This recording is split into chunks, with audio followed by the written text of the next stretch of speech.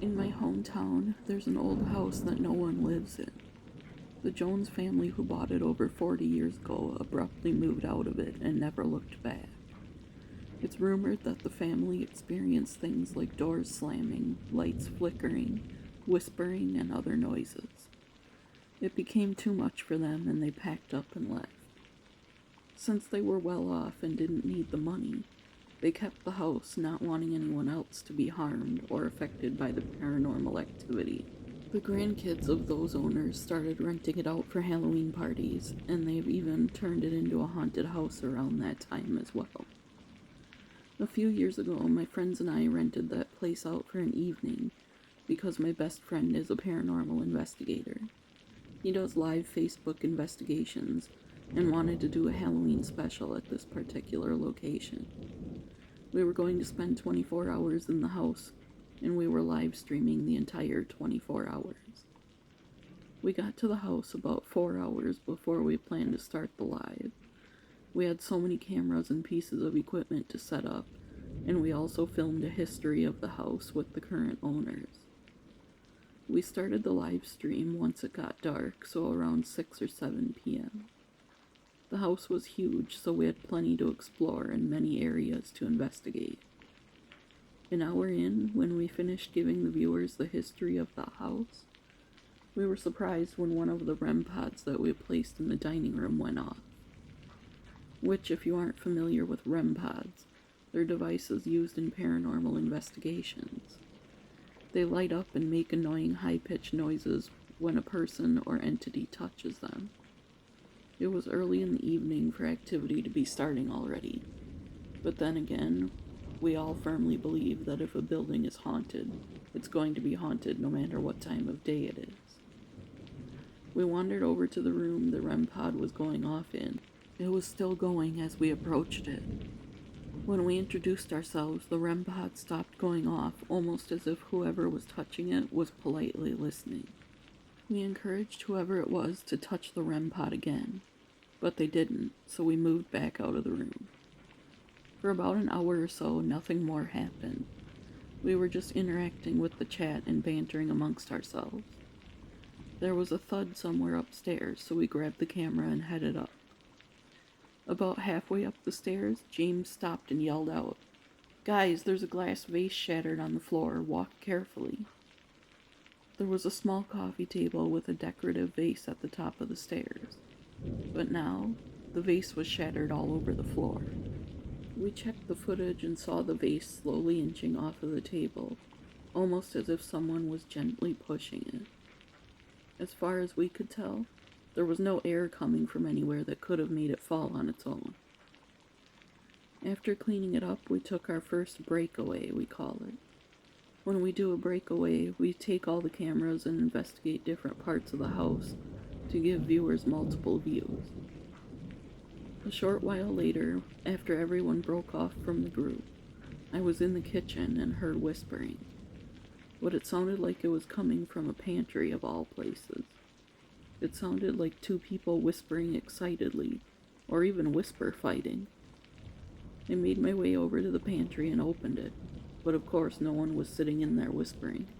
One of the stories from the Jones family was that they believed they would hear the whispering of two little boys who passed away in the kitchen fire, back many years before they even owned it.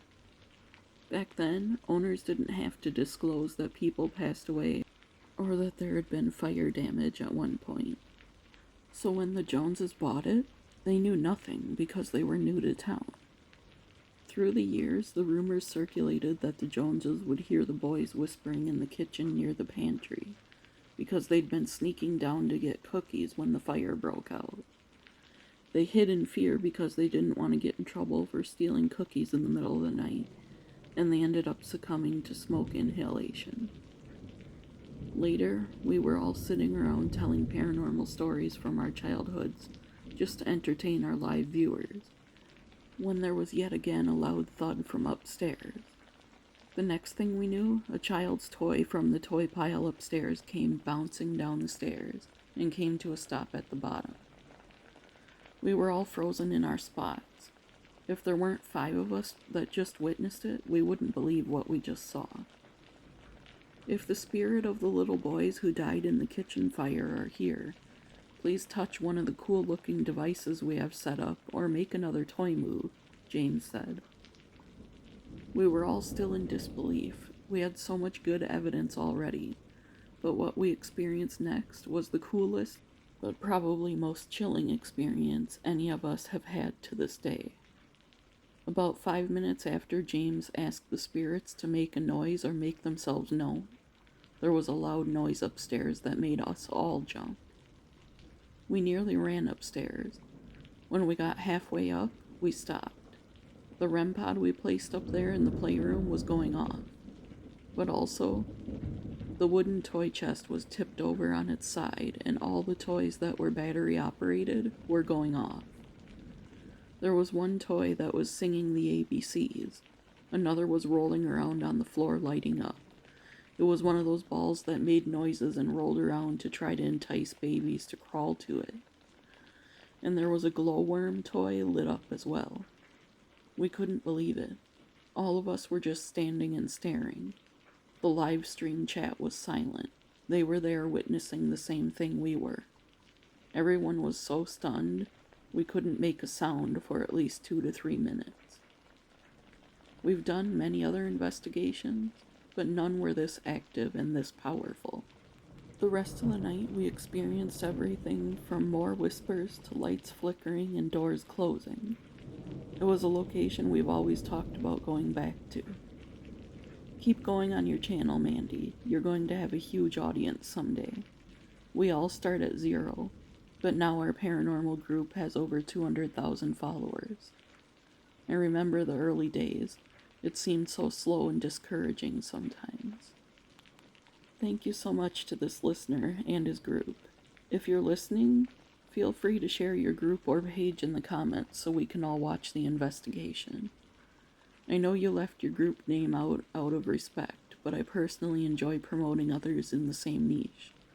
There are so many people with so many paranormal stories and experiences. We should all be working together to help each other. If you have a paranormal story you'd like to see in an upcoming video, drop an email to the address in the description below. Don't forget to leave a like and share on this video if you know anyone who enjoys spooky stories. And with that, see you tomorrow, friends.